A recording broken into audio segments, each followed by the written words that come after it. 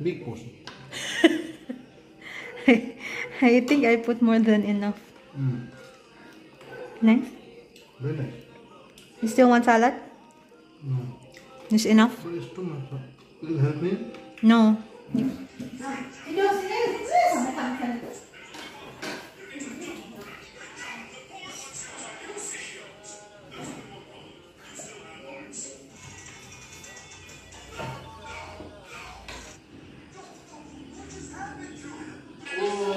I also love because my kids love the cat, so I also love. Subhash wants to throw it. Huh? Subhash wants to throw this cat.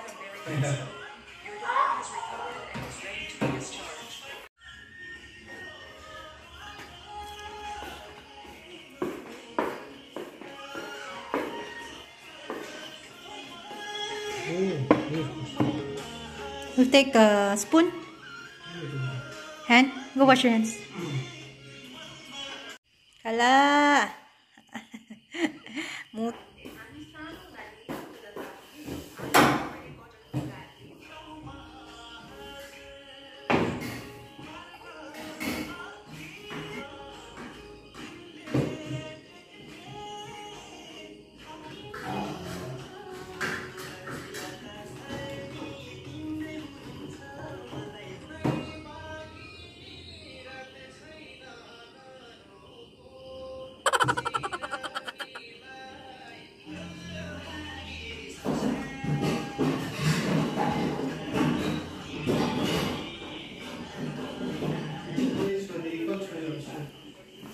Sundar!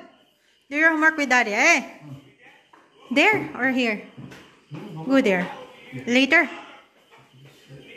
Math and English already done.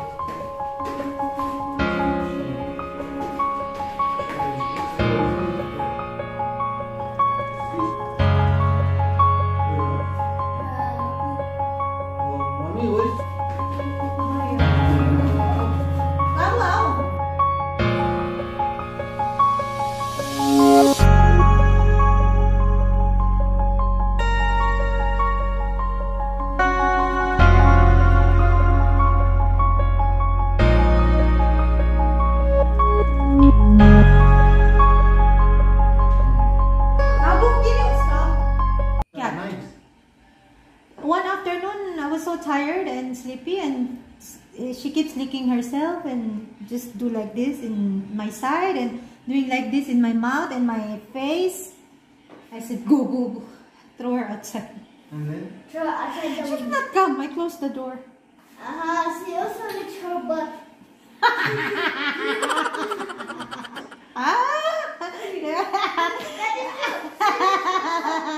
That's how they clean themselves. Imagine there was poop there. That's why don't kiss her in the mouth. Ay, no kissing. No kissing this cat. We need to bath also. Go, go, go. She smells like cat food.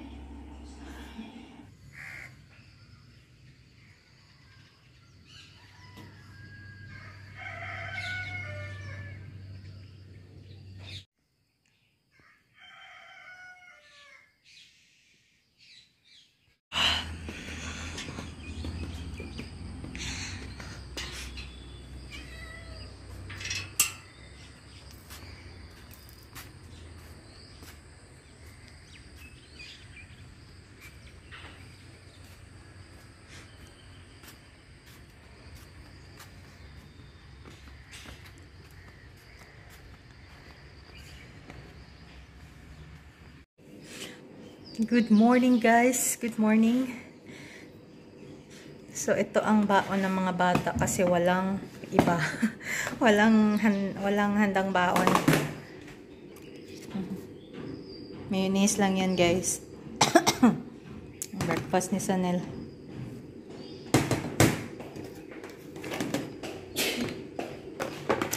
Maagang umalis si Santos, alas 6. Punta ng ospital. Subas pauwi na dito. Nag-iisip ako kung anong okay na breakfast. Gusto kong ipahinga itong Chocos Moon and Stars. Kasi ang sugar, niisip ko bibili ako ng Milo or something na parang ganon, malt drink. Kasi pag araw-araw silang gatas, ayaw nila guys. Nagsasawa sila sa fresh milk. So, kailangan kong bumili ng something else na hindi ko alam kung parehas lang ang sugar nito sa sa Milo at yung Bournvita. Kasi taas ng sugar dito. Ang taas ng sugar nitong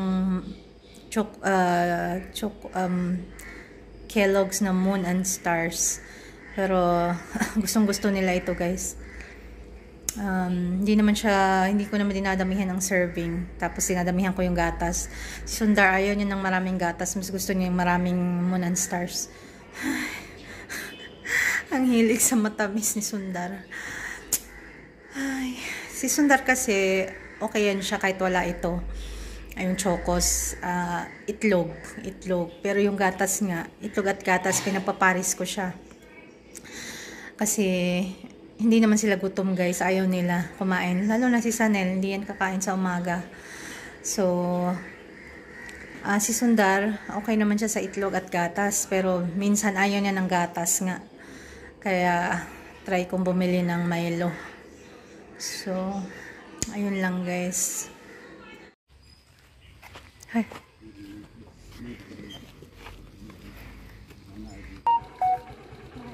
Bye. Bye. Bye lang. Take care. Hold properly. Bye.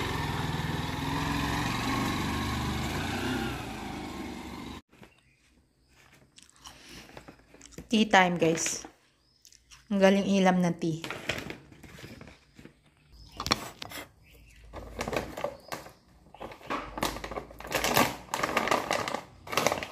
Ito siya. Ganyan siya guys. Konti lang nilalagay ko. Hindi siya mapait, masarap siya. Ganyan lang. Yeah.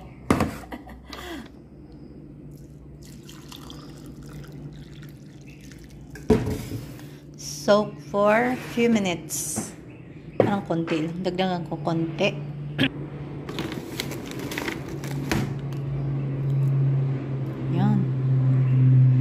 Breakfast na tayo.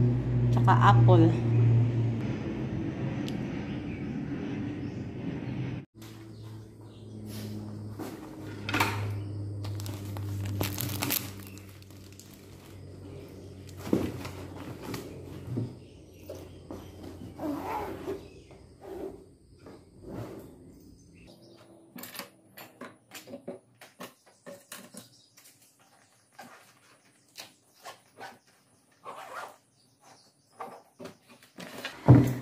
Buti na lang natuyo kahapon. Basa-basa pa gani guys. Alam nyo, tinikman ko itong persimmon kahapon. Tinikman ko yan guys. Kasi may hinog na. Pagkain ko sobrang pakla. So hindi siya for kain. Wala siyang gamit.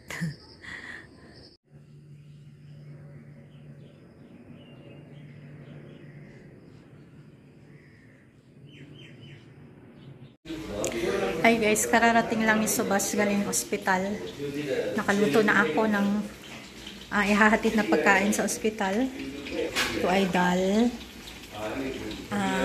gulay, terkari, wait.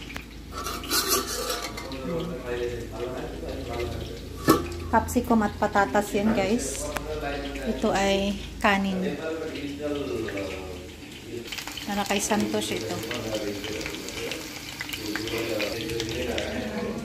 So, na lang yun, ipapadala ni Subas sa in-drive ang pagkain ni mother-in-law at ni Santos.